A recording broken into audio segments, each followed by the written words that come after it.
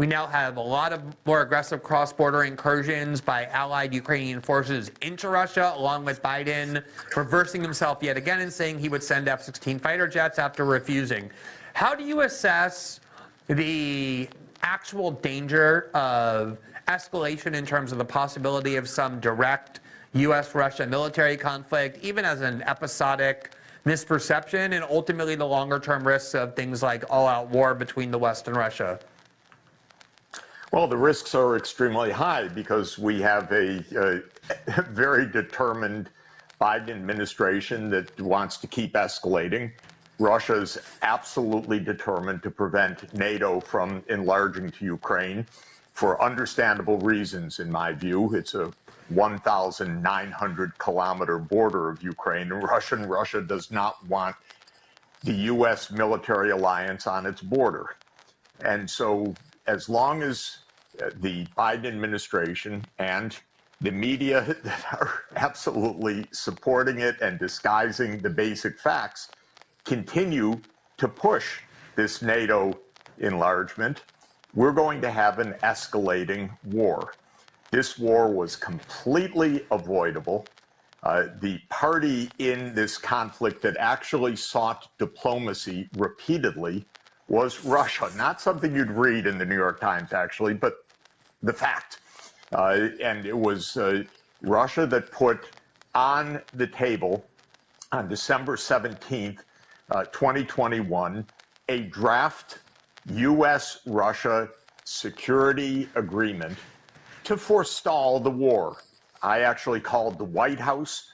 Soon afterwards, I said, you've got the basis to negotiate. Avoid this war. And I was told, no, we're not going to discuss NATO enlargement. That's our business. It's not Russia's business. And I said, are you kidding? This is going to cause a massive and very dangerous war. No, this is our policy, and so forth.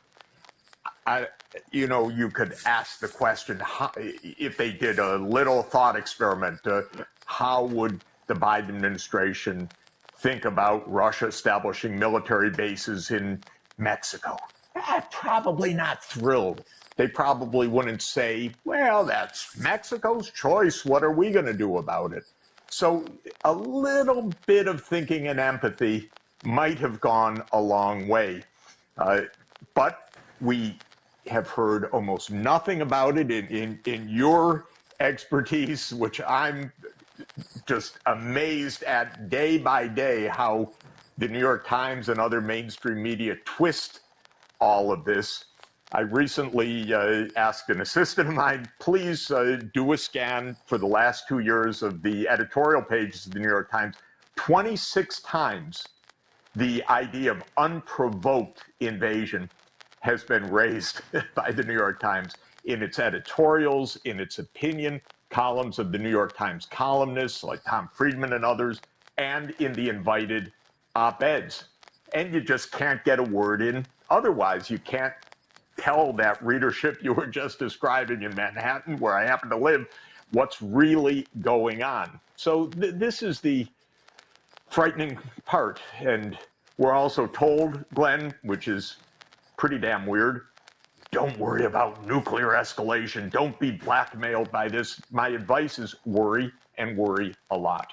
And if you have been around these issues for a while, and I have for decades, and I wrote a book about the aftermath of the Cuban Missile Crisis and Kennedy's successful quest to negotiate a partial nuclear test ban treaty with Nikita Khrushchev, you know, if you're not worried, you just don't get it, because you better be worried. And I'm very worried about this administration not getting it. You know, it was such a staple of Cold War culture, Cold War policy, that avoiding nuclear war was the single greatest priority as we were going around the world with these proxy conflicts against the Soviet Union. We managed never to directly engage them militarily. And even then, misperception, miscommunication did bring the world close to nuclear annihilation, at least on 2 occasions, between the Soviet Union and the United States. And yet it really does amaze me that we seem to have just kind of through, I don't know, inertia or lethargy or historical ignorance, come to view the risk of nuclear war as basically a fiction, as kind of assigning zero value to it, or even this kind of macho attitude that we're not going to be deterred by a country having nuclear weapons. Talk a little bit about, in the time that you've been working in all the things that I discussed in these kind of geopolitical framework, even from an economics perspective, the specter of nuclear war and how it used to be kind of important for people and policymakers in deciding what they would and wouldn't do. There was one moment when Biden was caught on tape saying, we're on a path to Armageddon. This is, I think it was the fall of 2021, if I remember. No, 2022. 2022, yeah, sorry. Yeah. I'm sorry, 2022, excuse me. And he was excoriated by the press the next day, rather than anybody reflecting, oh my God, the president of the United States is saying this. He was excoriated. How dare he say this? He let a tiny glimmer of the truth in. And then, of course, the whole idea was shut that up. Don't talk about that. Well, anyone that knows some history, and by the way, if you want to know some history, the most wonderful book written about this by a great historian is a book called Gambling with Armageddon by a late, great historian, Martin Sherwin, who wrote about the Cuban Missile Crisis and the whole atomic age, in fact. And the book is terrifying because we came so close 60 years ago, actually 61 years ago now, to nuclear annihilation. And almost every one of Kennedy's aides would have pushed us to that. We fortunately had a president who had the sense to avoid the ultimate disaster, but almost none of his aides had that sense. And what Sherwin recalls, and what we've learned from Dan Ellsberg and from so many others, is how close we've come and how easy it is to come close because there's so many stupid people in our government. Believe me, this is something I can tell you absolutely. People who don't think, who are extraordinarily lacking in basic common sense, who believe that power is the only coin of the realm, who believe you really do have to be tough on whatever it is, and nuclear war will see them down. And all of this is extraordinarily reckless, and we're really in it now. And it's, of course, not just Ukraine. It's Nancy Pelosi flying to Taiwan.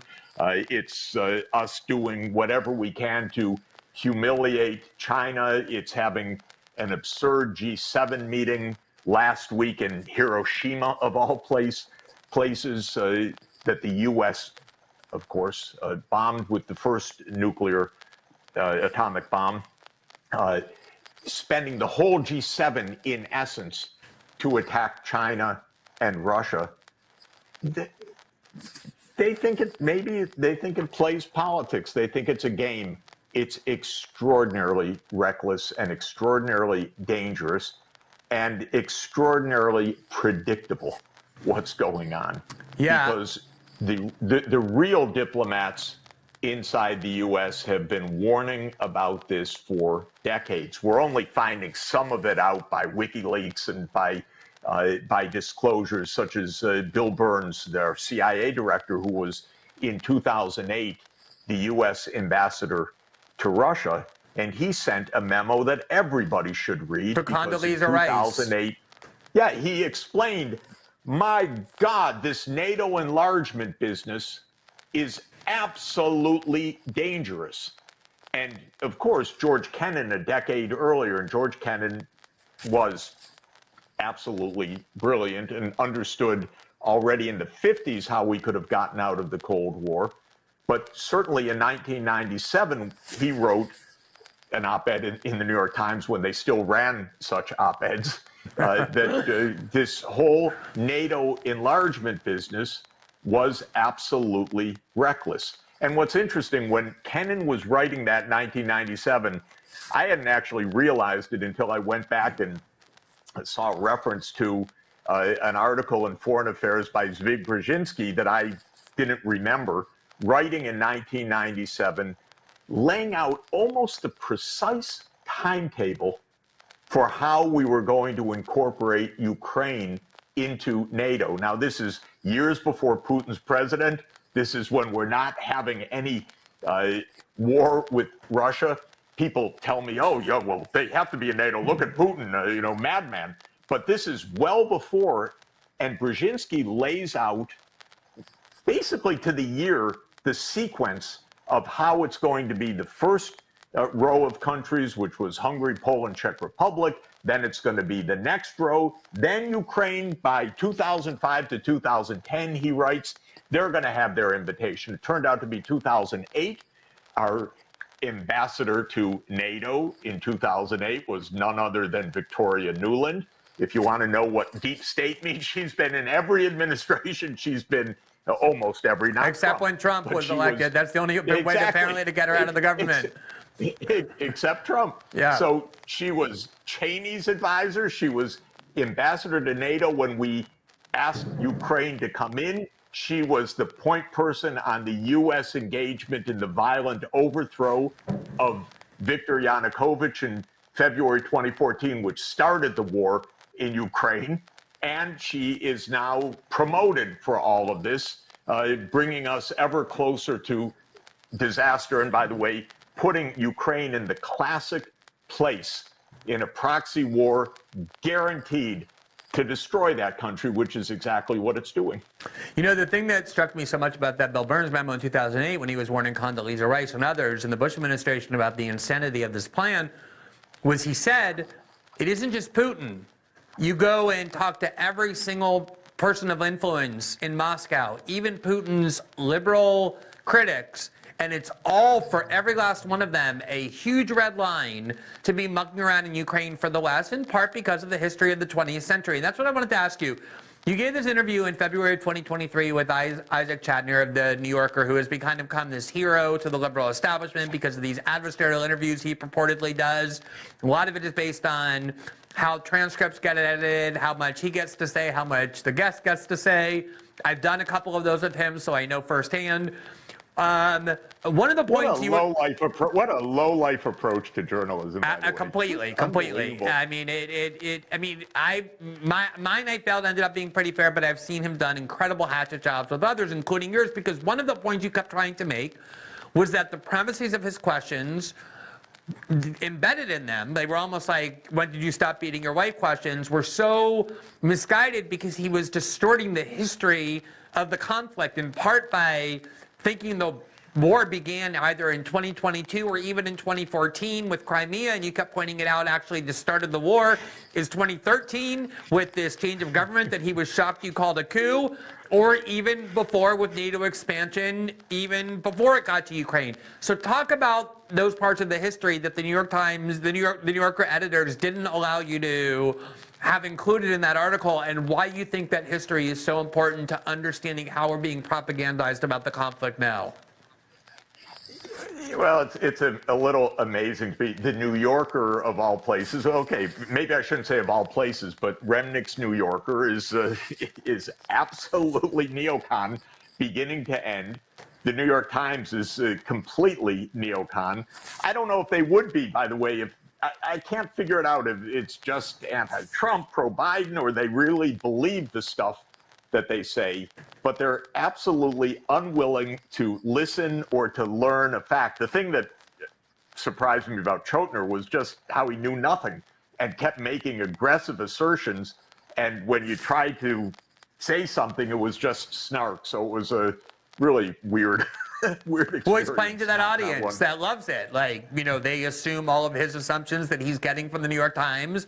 That's the full extent of their worldview. You kept trying to inject an alternative historical understanding, but it never made it into the article, which is why I'd love for you to offer it now about the importance of 2013 and that change of government, and even kind of going back to when NATO started expanding after the reunification of Germany eastward toward the Soviet, or toward Russia.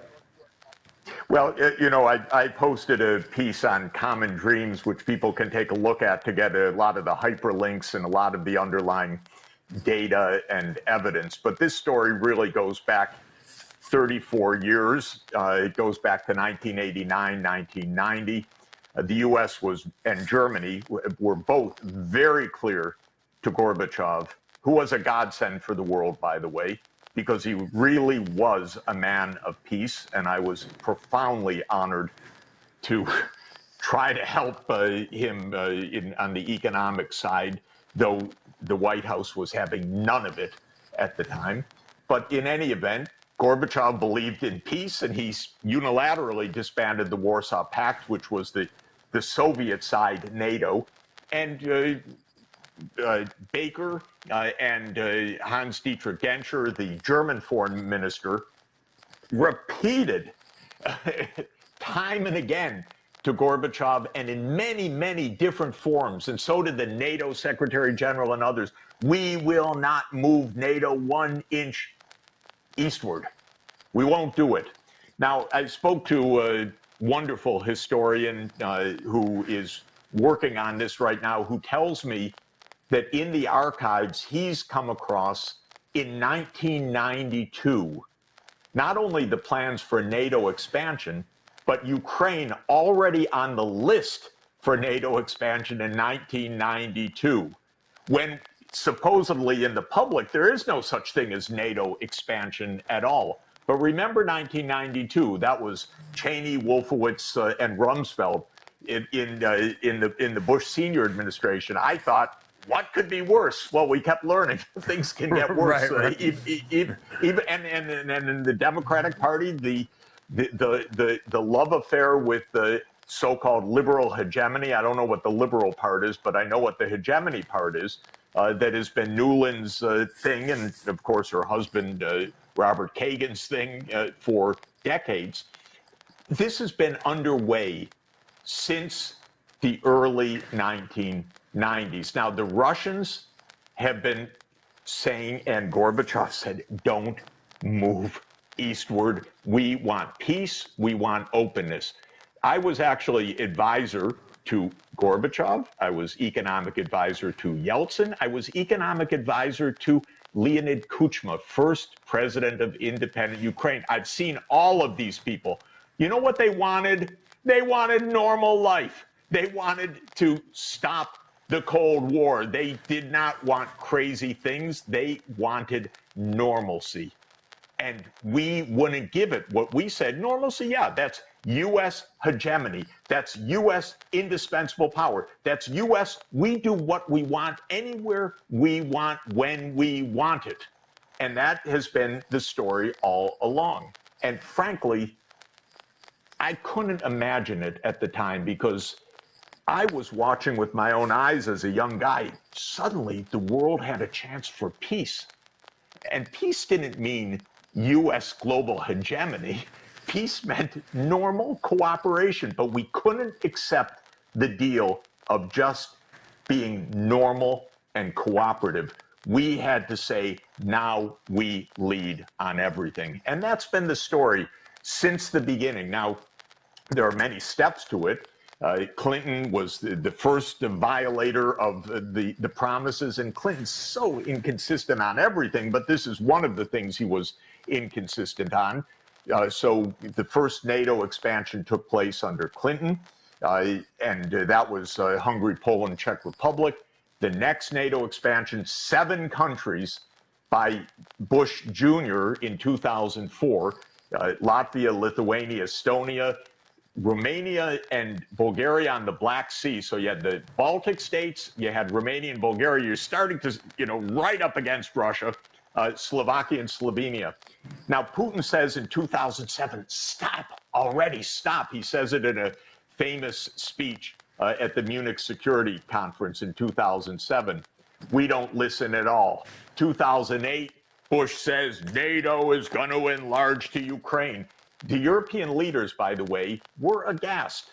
And one of the European top leaders at the time called me, said, what is your president doing? Of course, European leaders don't say any of this publicly, but they say privately, this is crazy. This is so dangerous. But of course, they were quiet. Bush pushed this through in 2008. Then there was a reprieve for Ukraine. The reprieve was that the president, Viktor Yanukovych, said, look, we're in between two giants. We don't want to be smashed in the middle. We take neutrality. But neutrality was a red flag for Victoria Nuland and her friends. And so at the end of 2013, when demonstrations against the decision that Yanukovych had made to postpone signing an agreement with EU started protests, believe me, the U.S. covertly and overtly and every other way stirred that up massively. But in January and February 2014, they supported a violent insurrection that overthrew Yanukovych. And of course, notoriously, Nuland was caught on tape, something we don't talk about, but anyone go listen to it. She picked the next leader. She picked the new leader. She's planning the government weeks before the overthrow, calling exactly who would be the prime minister, by the way. It's amazing. But the whole thing is amnesia. Don't talk about any of this, so though it's so obvious. And I had a weird experience personally, which was that when the government was overthrown and Yanukovych fled and Yatsenyuk was prime minister, just as Nuland said, I got a call. Yatsenyuk wants to meet you. It's a deep economic crisis. Okay, I actually respond to those things when a government says we're in a very deep financial crisis. So I flew to Kiev. And I had an NGO brag to me about the role they played in the overthrow.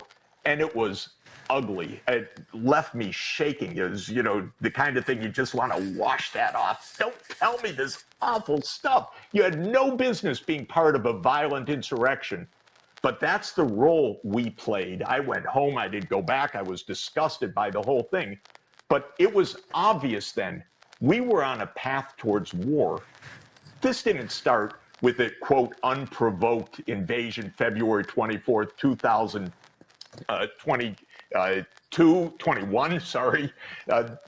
22, excuse me. This started in February 2014, and it started with the U.S. participation in a coup.